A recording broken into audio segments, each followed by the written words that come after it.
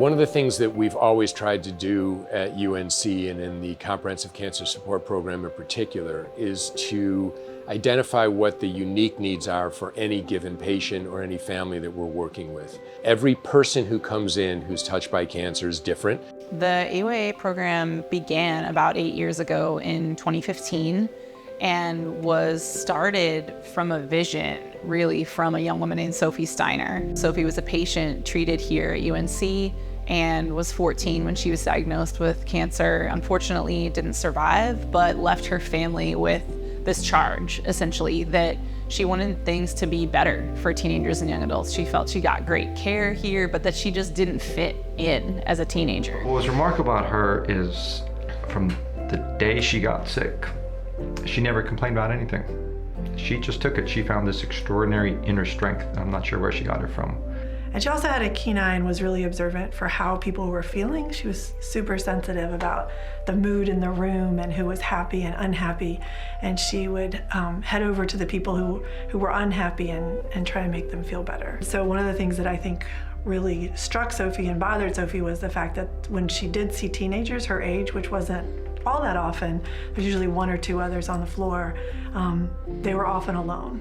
And I think she recognized that so many patients didn't have this family that lived 7 minutes away from the hospital that was so incredibly connected to the Chapel Hill community. She thought everyone should have the kind of support network that she had. And that's really the inspiration of Be Loud Sophie, finding a person fully dedicated to this age group who could just provide them with what they need when they need it. I was fortunate enough to be hired into that role as our Adolescent and Young Adult Oncology Program Director. And since then, we have grown a ton with so much support from UNC, from our leadership, from our community, from the Be Loud Sophie Foundation. And now we're a team of 11 people that take specialized care of adolescents and young adults with cancer.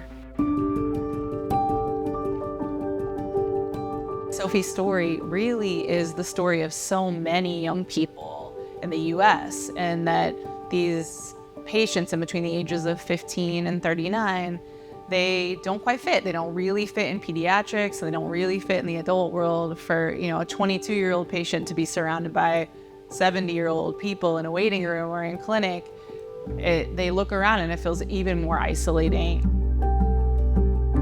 I was diagnosed in March of 2023. My mom found a lump on my neck, and we got it biopsied, and it ended up that it was Hodgkin's lymphoma, which is a cancer affecting the lymph nodes. So I received 6 months of chemotherapy in UNC's pediatric oncology clinic, but I was treated by the AYA professionals. It was amazing. All of the professionals that are a part of the program have been so amazing to me in all of their own ways. It's the little things that you don't really realize how much they're gonna matter until you're here and you have this support, especially in terms of handling friendships, handling how other people are kind of interacting with you during this process. And I think that it is very important to have your own space where you can have those kind of connections and form those bonds with people who understand what you're going through. We're currently sitting in our young adult outpatient oncology infusion space. It is called the Be Loud Center for Young Adult Cancer Care, and it was designed top to bottom by our Young Adult Patient Advisory Board. And that was critical for us because they have sat in these chairs. They have spent hours getting infusions outpatient, and only they know what it's like to do that and to feel that. The feedback that we got from patients was, this needs to be peaceful, it needs to feel like we're in nature, and it needs to feel calm when we walk in. We want it to feel the least like a hospital environment that it can, and maybe a little bit like a coffee shop. So we tried to strike that balance of sort of a coffee shop in the woods. Having your own area where you can choose whether you want to connect with people or not was definitely really vital in my care, and I feel like having their own space will make that so much easier. We're thrilled to have this space. We're so fortunate to have the opportunity to build it and to create it in the way that we wanted to, and we are very lucky. It is one of the few outpatient young adult spaces in the country. So we're really grateful that as the state cancer hospital, we can offer this to the young adults in North Carolina who are being treated here. We diagnose about 450 young adult patients every year. And at our other UNC sites, there are even more patients. So we're starting to think about how do we reach patients outside of our Chapel Hill location to make sure that they are getting the kind of age-appropriate care that they deserve and that they're able to receive their cancer treatment.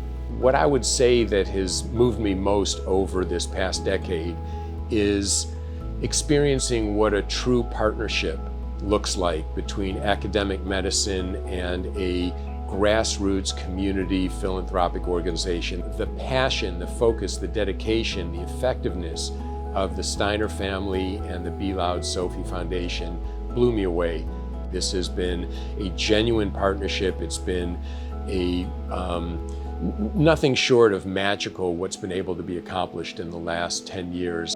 I think what really drives us and what keeps us motivated is that we see how impactful this kind of tailored care can be on patients and their communities and their families, their caregivers, their friends. It's really just about like keeping little parts of yourself because you're losing so much.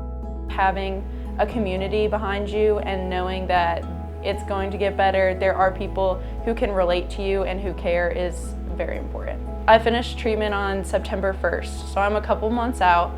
Getting back to normal, doing things with my friends, not being sick every 2 weeks is such a blessing. And just, kind of slowly going back into it, waiting for my eyebrows and eyelashes to grow back, so that'll be exciting. And yeah, I'm looking forward to it. I am so thankful.